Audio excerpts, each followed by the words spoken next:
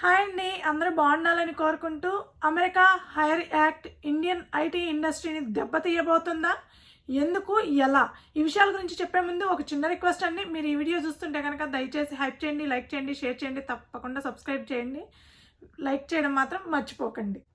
ఇప్పటికే హౌస్లో హైర్ యాక్ట్కి సంబంధించిన బిల్లును అయితే ప్రవేశపెట్టడం జరిగిందండి. కాకపోతే ఆ బిల్లు ఇంకా పాస్ అవ్వలేదు.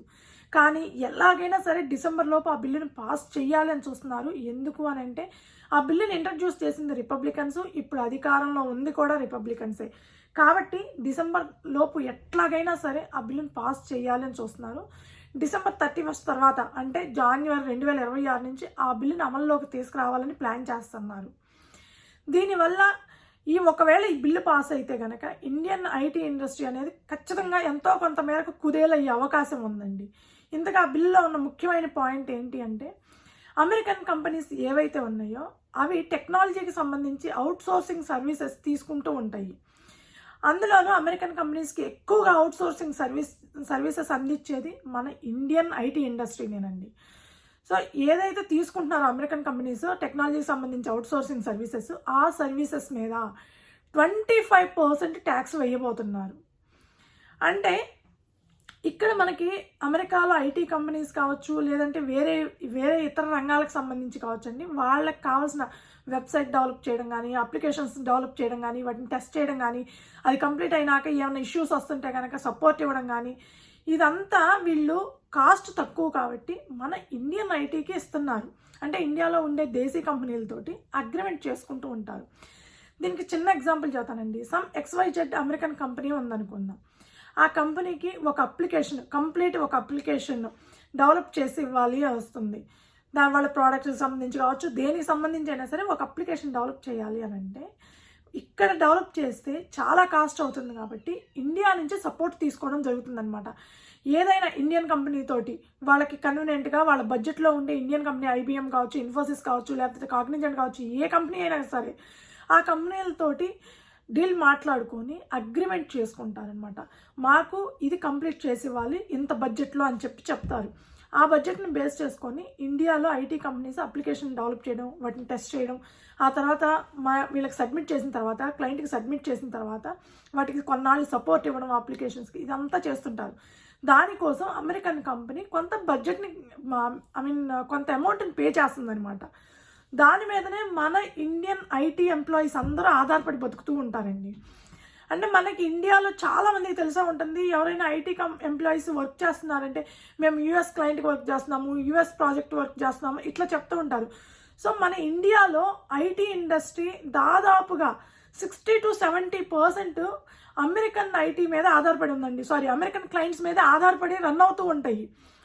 ఒకవేళ ఈ బిల్లు పాస్ అయితే కనుక 25% ట్యాక్స్ అప్లికబుల్ అయితే కనుక ఖచ్చితంగా ఆ ఎఫెక్ట్ అనేది మన ఇండియన్ ఐటీ ఇండస్ట్రీ మీద పడుతుంది. ఎలా అంటే దీనికి కూడా ఒక క్లియర్గా చెప్తానండి. సమ్ XYZ అమెరికన్ కంపెనీ ఉందనుకోండి, దానికి ఒక $10 లక్షల నాకు ప్రాజెక్ట్ మొత్తం కంప్లీట్ చేసి ఇవ్వాలి మీరు. సో ఇంత టైంలోపు ఇలాగా నాకు ఈ విధంగా కావాలని చెప్తారు క్లయింట్. సో దానికి తగ్గట్టుగా వాళ్ళు అప్లికేషన్ డెవలప్ చేసి మొత్తం సపోర్టు ఎన్ని నెలలు పట్టిద్ది, ఎన్ని సంవత్సరాలు పట్టిద్ది అనేది ఎస్టిమేషన్ వేసుకొని మొత్తం క్లియర్గా అగ్రిమెంట్ చేసుకోవడం జరుగుతుందన్నమాట. అలా అగ్రిమెంట్ చేసుకున్నాక ఈ $10 లక్షల ఆ ఎంప్లాయర్ అనేవాడు ఎవరైతే అగ్రిమెంట్ చేసుకున్నారో ఇండియన్ కంపెనీస్, TCS కావచ్చు, ఇన్ఫోసిస్ కావచ్చు, ఏదైనా కానీ ఆ టైం పీరియడ్ లోపు ఆ బడ్జెట్లో వాళ్ళు అప్లికేషన్ డెవలప్ చేసి ఇచ్చేస్తుంటారనమాట. దాని మీద బేస్ చేసుకొని మన ఐటీ ఎంప్లాయీస్ అందరినీ రిక్రూట్ చేసుకుంటారు. ఏ టెక్నాలజీ, ఎవరు కావాలి, ఎంతమంది కావాలి, ఇవన్నీ బడ్జెట్ సంబంధించి ఫైనాన్షియల్ ఇష్యూస్ ఉంటాయండి.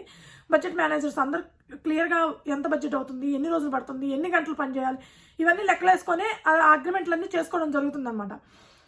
సో ఇప్పుడు ఈ బిల్లు పాస్ అయితే కనుక ఈ $10 లక్షల మీద ఇండియా నుంచి అవుట్సోర్సింగ్ సర్వీస్ తీసుకుంటున్నారు వీళ్ళు. మా అప్లికేషన్ డెవలప్ చేసేవ్వండి అని చెప్పి ఇండియా నుంచి చేపించుకుంటున్నారు. ఎందుకు? అమెరికన్ కంపెనీస్ అయినా ఏమో మన మీద జాలిపడి మన మీద ప్రేమతో ఏం చేయించుకోండి.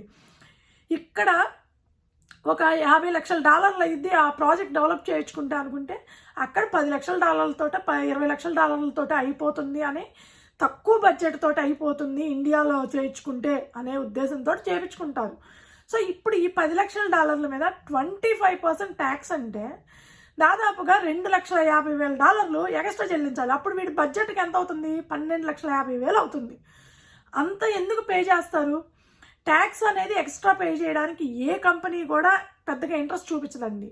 దానివల్ల ఏమవుతుంది అని అంటే ఇక్కడే కొంతవరకు ఎంప్లాయీస్ని రిక్రూట్ చేసుకొని ఇక్కడే డెవలప్ చేయించుకుందాం, మరీ అవసరమైతే తప్ప అవుట్సోర్సింగ్ సర్వీసెస్ వద్దు అని కంపెనీస్ అన్ని డిసైడ్ అయ్యే అవకాశం ఉంటుంది అనమాట. అలా డిసైడ్ అయ్యారు అని అంటే కనుక ఇక్కడ ఎంప్లాయ్మెంట్ పెరుగుతుంది, ఇక్కడ బెనిఫిట్ అవుతుంది. వాళ్ళ యాక్ట్ వాళ్ళకి కరెక్ట్ అండి. ఇక్కడ ఎంప్లాయ్మెంట్ పెరిగే అవకాశం చాలా ఎక్కువ ఉంది. అదేవిధంగా వాళ్ళ ట్యాక్స్ బెనిఫిట్స్ దీని మీద ఈ 25% ట్యాక్స్ మీద కూడా ట్యాక్స్ బెనిఫిట్స్ కానీ ఏమీ ఉండవండి. క్లియర్గా వాళ్ళు ఎంత బడ్జెట్ మీద అయితే అవుట్సోర్సింగ్ తీసుకుంటున్నారో ఆ బడ్జెట్ మీద 25% ట్యాక్స్ పే చేయాల్సిందేనమాట.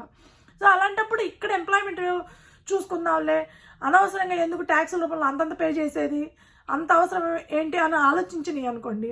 సో ఇండియా నుంచి ఒకవేళ అవుట్సోర్సింగ్ సర్వీసెస్ తీసుకోవాలనుకున్నా కూడా కొంతమేరకు తగ్గించుకుంటాయి అనమాట.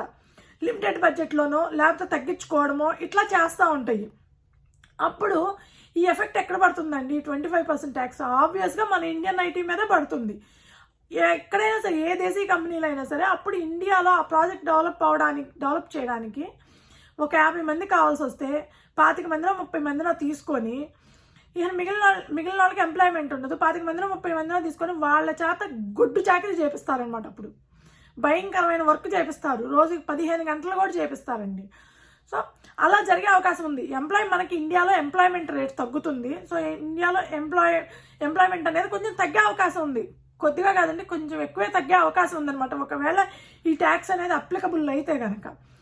రెండవది, అమెరికన్ ఐటీ కంపెనీస్ అవుట్సోర్సింగ్ తీసుకోవడం ఇండియా నుంచి తగ్గిస్తాయి. వేరే కంట్రీస్ నుంచి తీసుకోవచ్చు మేబీ, కానీ ఇండియా నుంచి తగ్గిస్తాయి. వాళ్ళకి అవుట్సోర్సింగ్ సర్వీసెస్ తక్కువ ట్యాక్స్ పడేదో, అసలు ట్యాక్స్ లేని కంట్రీ నుంచే తీసుకోవడానికి ఇంట్రెస్ట్ చూపిస్తారు, కానీ అప్పుడు ఇండియా నుంచి తీసుకోవడానికి ఇంట్రెస్ట్ చూపించరు. సో ఆ విధంగానూ మనకి నష్టమే. అదేవిధంగా ఐటీ ఇండస్ట్రీ మీద ఆధారపడి గవర్నమెంట్కి చాలా బెనిఫిట్స్ అండి, చాలా అంటే చాలా ఎక్కువ వస్తుంది ట్యాక్స్ రూపంలో మనీ. సో ఆ అమౌంట్ కూడా గవర్నమెంట్ బెనిఫిట్స్ కూడా తగ్గిపోతాయి అనమాట. గవర్నమెంట్కి వచ్చే ఆదాయం కూడా ఎంతో కొంత మేరకు తగ్గే అవకాశం ఉంటుందన్నమాట.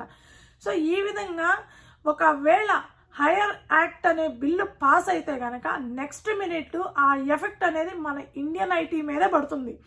సో ఇండియాలో ఎంప్లాయ్మెంట్ మన వాళ్ళు అయితే డాక్టర్, లేకపోతే ఇంజనీర్, ఈ రెండు తప్ప మన వాళ్ళకి ఏమీ రావు కాదు, అన్నీ వచ్చు, కానీ ఈ రెండు తప్ప దేని మీద ఇంట్రెస్ట్ చూపించరు. సో ఇప్పుడు ఈ ఐటీ హైర్ యాక్ట్ లాంటివి ఇంట్రడ్యూస్ చేయడం వల్ల మన ఇండియాలో ఉన్న ఐటీ ఎంప్లాయీస్కి ఎంతో కొంత దెబ్బ తగులుతుందండి. ఆల్రెడీ నాకు తెలిసినంతవరకు ఇండియాలో కూడా ఇప్పుడు అంత మార్కెట్ బాగలేదు అని అంటున్నారు. ఇక్కడలాగే ఉంది, అక్కడ కూడా మార్కెట్ బాగాలేదు అని అంటున్నారు. దానికి తోడు మూలిగినక మీద తాటికాయ పడ్డట్టు ఇలాంటి హైర్ యాక్ట్ లాంటి బిల్లులు ఇంట్రడ్యూస్ పాస్ అయితే కనుక ఆ ఎఫెక్ట్ ఇంకా ఎక్కువ అవుతుంది మనకి ఇండియాలో. ఎందుకంటే ప్రతి ఇంట్లో ఈరోజు ఏమున్నా లేకపోయినా, ఇల్లున్నా లేకపోయినా, స్థలం ఉన్నా లేకపోయినా, పొలం ఉన్నా లేకపోయినా, బంగారం ఉన్నా లేకపోయినా, ప్రతి ఇంట్లో ఒక సాఫ్ట్వేర్ ఇంజనీర్ అయితే ఉంటాడు మనకి ఇండియాలో. సో అలా చూసుకుంటే కనుక ఎంప్లాయ్మెంట్ రేట్ తగ్గిపోయిందంటే ఆ ఫ్యామిలీస్ కానీ ఆ పిల్లలు కానీ దాని మీద ఆశ పెట్టుకున్న వాళ్ళు కానీ చాలా వరకు డిసప్పాయింట్ అయ్యే అవకాశం ఉందండి. సో ఈ అమెరికాలో హైర్ యాక్ట్ అనేది ఐటీ ఇండస్ట్రీని మన ఇండియాలో ఇలా దెబ్బతీయబోతుందండి. సో ఇది పాస్ అవ్వకూడదని నేనైతే కోరుకుంటాను. ఎందుకంటే ఎంతైనా మన కంట్రీ కదండి, మన కంట్రీలో అలా చిన్న చిన్న ప్రాబ్లమ్స్ రాకూడదనే కోరుకుంటాను. సో ఇదండి అమెరికాలో హైర్ యాక్ట్ వల్ల ఇండియన్ ఐటీ ఇండస్ట్రీ ఎలా దెబ్బతీయబోతుంది అనేది. ఈ వీడియో మీకు నచ్చుంటే కనుక దయచేసి ఒక లైక్ చేయండి, షేర్ చేయండి, తప్పకుండా సబ్స్క్రైబ్ అయితే చేసుకోండి. లైక్ చేయడం మాత్రం మర్చిపోకండి. Thank you.